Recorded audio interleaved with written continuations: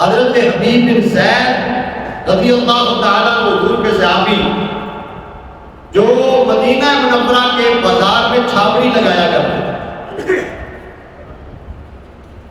نہ مکھڑا تے نہ مکھڑے دا تل ویکھدے،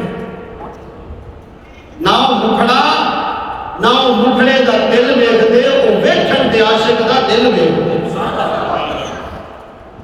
کون منظور ہو جائے، منظوری کی بات آ جائے تو جناب لاہور ترکھانوں کا لڑکا ہے، کام کرتا ہے بڑھئی کا، کام کرتا ہے دروازے بنانے کا، کام لکڑی کا کرتا ہے۔ اب فیصلہ اس کے بارے میں کیا ہوتا ہے یہ نہ میں جانتا ہوں، نہ آپ جانتے ہیں، نہ کوئی پیر جانتا ہے، نہ کوئی مفتی جانتا ہے، نہ کوئی واعظ جانتا ہے، نہ کوئی خطیب جانتا ہے کہ فیصلہ کیا ہوگا۔ کام لکڑی کا کرتا ہے، منظور خدا کی بارگاہ میں بھی ہو گیا ہے، منظور مصطفیٰ کی بارگاہ میں بھی ہو گیا۔ تو منظوری کس کی ہو جائے یہ نہیں کہا جا سکتا۔ اب وہ کھڑے ہوتے ہیں، انداز کیا ہے آپ ذرا غور کریں، انداز کتنا پیارا ہے۔ کھجور کھا رہے تھے، انتظار نہیں کیا کہ کھجور کھا لو تو پھر کھڑا ہو کے بات کرتا ہوں، انتظار نہیں کیا ہے، اسی وقت کھجور کھاتے کھاتے کھڑے ہو گئے۔ کھجور کے کچھ ٹکڑے جو ہیں وہ منہ سے صحابہ کرام کے چہرے پر گرے۔ صحابہ نے کہا کہ یار کھجور کھا لیں تو پھر اٹھ کے گل کر لیں۔ انہوں نے جو جواب دیا بڑا پیارا جواب ہے، انہوں نے فرمایا میں انتظار کرتا رہوں اور بازی کوئی اور لے جائے، میں بیٹھ کے اس بات کا انتظار کرتا رہوں کہ کھجور کھا لوں تو پھر گل کرنا، اگر کوئی اور کھڑا ہو گیا تو بازی تو وہ لے جائے گا۔ اس لیے میں چاہتا ہوں کہ میں اس قذاب کے دربار میں جا کے اس کو جواب دوں اور برملا اس بات کا اعلان کروں کہ جھوٹے تجھے میرے نبی نے جھوٹا کہا ہے، تو جھوٹا نبوت کا دعوے دار ہے، میرے کریم آقا سچے اللہ کے آخری نبی ہیں۔ اور یہ جو ہم نعرہ لگاتے ہیں نا تاجدار ختم نبوت، سارے تاجدار ختم نبوت، سارے تاجدار ختم نبوت، یہ اصل میں یہ وہ نعرہ ہے جو صحابہ نے سب سے پہلے لگایا اور ان جھوٹوں کے کی آنکھوں میں آنکھیں ڈال کے اس بات کا اعلان کیا ہے کہ تو جھوٹا ہے اور میرے نبی جو ہیں اللہ کے آخری سچے نبی ہیں۔ یا رسول اللہ صلی اللہ علیہ وسلم میں جاؤ، حضور نے یہ نہیں فرمایا کہ تو کمزور ہے، تیرے اندر تو اتنی طاقت بھی نہیں ہے اور تو پھر چھاپڑی لگانے والا ہے، نہیں، حضور نے فرمایا، حضور مسکرائے، فرمایا جانا تو میرے صحابی ذرا بہادروں کی طرح جانا، پنجابی چاہتے ہیں جانا ہی تو پھر دلیر بن کے جانا ہی، جانا ہے وہاں تو پھر دلیر بن کے جانا ہے، بہادروں کی طرح جانا ہے، ڈرنا نہیں ہے۔ اب صحابہ اکرام کا جملہ میرے کریم آقا نے خط لکھا اور وہ خط دیا حضرت حبیب بن زید کو۔ صحابہ کہتے ہیں حبیب بن زید نے جب خط پکڑا نا تو جب اس مجلس سے نکلے یہ بھی انتظار نہیں کیا پہلے گھر جاواں، بچیاں نو مل کے آواں، گھر والوں نو مل کے سلام دعا کر کے آواں تے پھر جانا، نہیں، ادھر سے نکلے اور صحابہ کہتے ہیں ایسے نکلے تھے جیسے کوئی جرنیل نکلتا ہے، جیسے کوئی فوج کا سپاہ سالار نکلتا ہے۔ اور پھر اعزاز کی بات ہے، حضور نے اپنا خط بھی دیا اور اپنا نیزہ بھی دیا۔ سبحان اللہ کہنا چاہیے، یہ اعزاز نہیں تو اور کیا ہے، اپنا نیزہ دیا کس کے ساتھ لڑنے کے لیے؟ جو نبوت کا جھوٹا دعوے دار ہے، جھوٹے نبی دے نال لڑن واسطے حضور نے اپنا سپاہی بھیجا۔ پھر اس کو اتنا معمولی نہ سمجھے، یہ کتنا حساس مسئلہ ہے۔ یہاں پہ نرمی کی بات کرنا اور کہنا ذرا ہاتھ تو ہوا رکھیا کرو۔ میں نے کہا ٹھیک ہے، میں نرمی سے بات کرتا ہوں، مجھے پہلے یہ بتاؤ یہ نرمی صرف دین میں ہے؟ دین کی بات ہو تو وہاں نرمی ہے، جب آپ کی باری آتی ہے تو پھر آپ جب اقتدار میں ہوتے ہیں تو پہلے اقتدار لینڈ کھڑوا لیتے ہیں۔ آپ جو سمجھتے ہیں وہ سمجھ رہے ہیں، تو نہیں سمجھ آئے کہ آپ سمجھ جائیں کہ آپ کی جو پوزیشن ہوتی ہے پھر اس کے بارے میں نرمی کوئی نہیں ہوتی آپ کی۔ آپ کہتے ہیں ہم رج کے بدلے لینے، جس طرح لین ہوتے ہیں انج لینے۔ میں نے کہا دنیا داری اور اقتدار کی خاطر تیری نرمی کہاں جاتی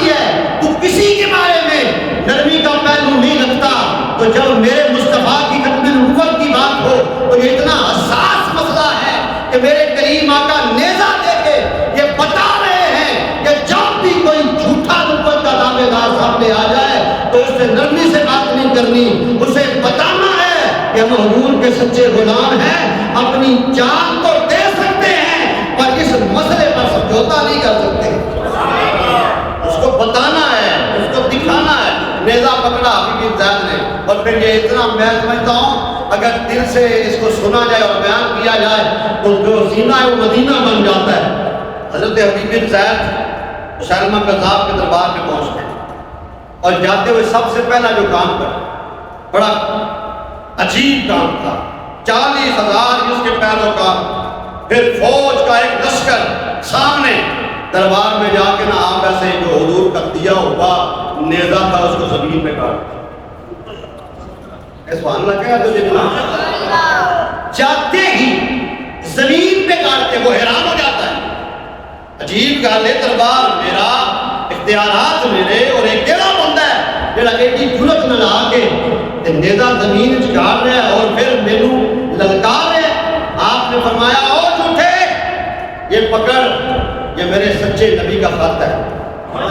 سبحان اللہ، اونچی آواز میں کسی کے سامنے، کسی کے دربار میں، کسی کے آنکھوں میں آنکھیں ڈال کے بات کرنا، یہ اللہ کے سچے، اللہ کے پیارے نبی کے سچے غلاموں کا یہ عمل ہو سکتا ہے۔ آپ نے فرمایا یہ پکڑو میرے نبی کا خط ہے، اور میرے کریم آقا صلی اللہ علیہ وسلم نے فرمایا ہے کہ تو کذاب ہے، تو جھوٹا ہے، اس لیے باز آ جا، تیرا نام و نشان ختم ہو جائے گا، تو نے جو دعویٰ کیا ہے اس دعوے سے انکار کر دے، ورنہ حضور کے غلام تیار ہیں تیری گردن اتارنے کے لیے۔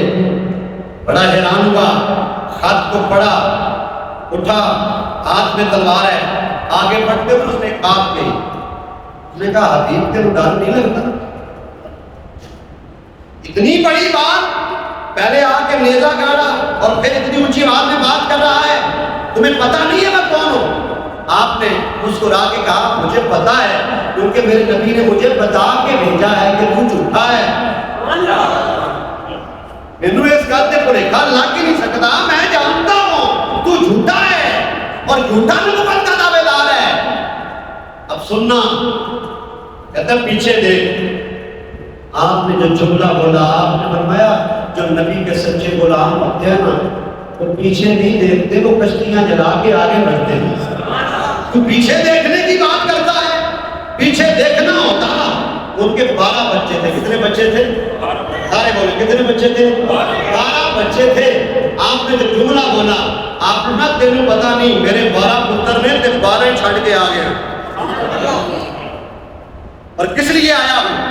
اب اس کا میں اپنے ذوق کے مطابق آپ کو ترجمہ سنانا چاہتا ہوں کہ کس لیے آیا ہوں۔ آپ فرماتے ہیں اسی مست ملنگ محمد دے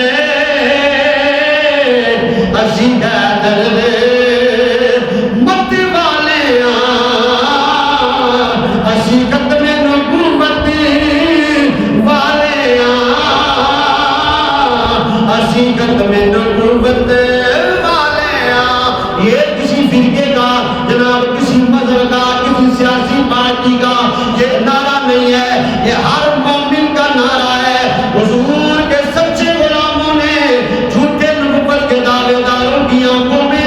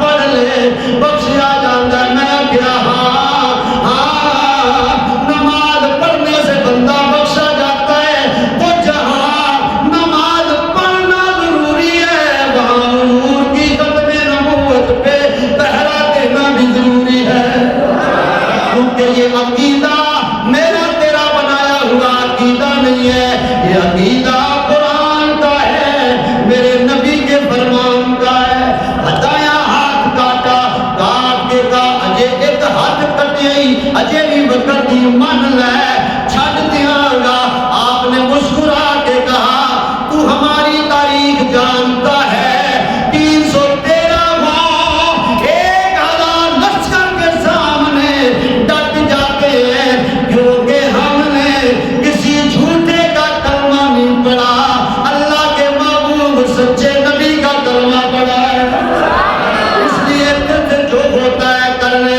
دوسرا ہاتھ بھی کاٹا, اب دونوں ہاتھ کٹ گئے اور حضور کے سچے غلام کی آنکھوں سے آنسو جاری ہیں اور ایک ہی ورد ہے, یا رسول اللہ مدینے کے تاجدار آپ کا غلام جان دینے آیا ہے اور اس نیت کے بتداد آیا ہے کہ جان تو خدا بھی راضی ہو جائے, خدا کا سونا مصطفیٰ بھی راضی ہو جائے. اس لیے یا رسول اللہ آپ مجھ سے راضی ہو جانا. ہاتھ دونوں کٹ گئے, بازو بھی کٹ گئے.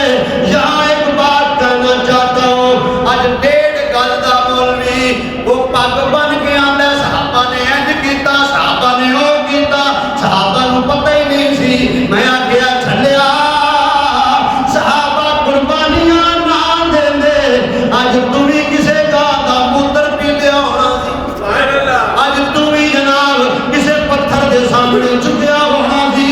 اے انہاں دیاں قربانیاں نے, انہاں نے اپنا سب کچھ قربان کر کے تیرا تے میرا ایمان بچا لیا ہے.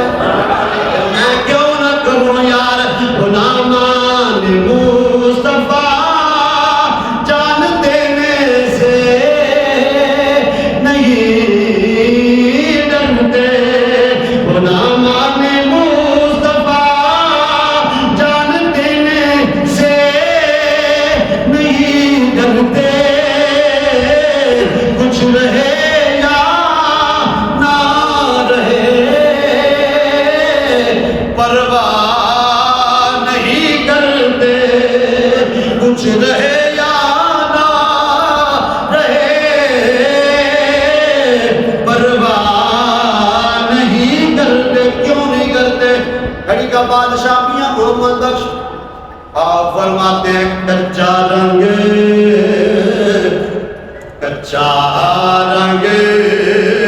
اور للاری والا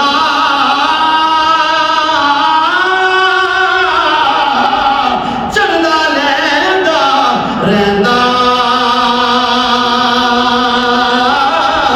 پکا رنگ عشق محمد والا جڑا چڑھ جائے پھر نہیں لیندا. کیونکہ یہ رنگ جو تھا نا یہ کچا نہیں تھا, بازو بھی کٹ گئے. کہا جو پہلے بات جھوٹا ہے وہ جھوٹا رہے گا, جان قربان کر. میرے کریم آقا نے صحابہ کرام کی مجلس میں بیٹھ کے فرمایا جانتے ہو وہ میرا غلام جو حبیب گیا تھا میری قدم نبوت پر قربان ہو گیا, وہ میری قدم نبوت پر قربان ہو گیا. اس سے خدا بھی راضی ہے اور اس کا پیارا نبی بھی راضی ہو گیا ہے.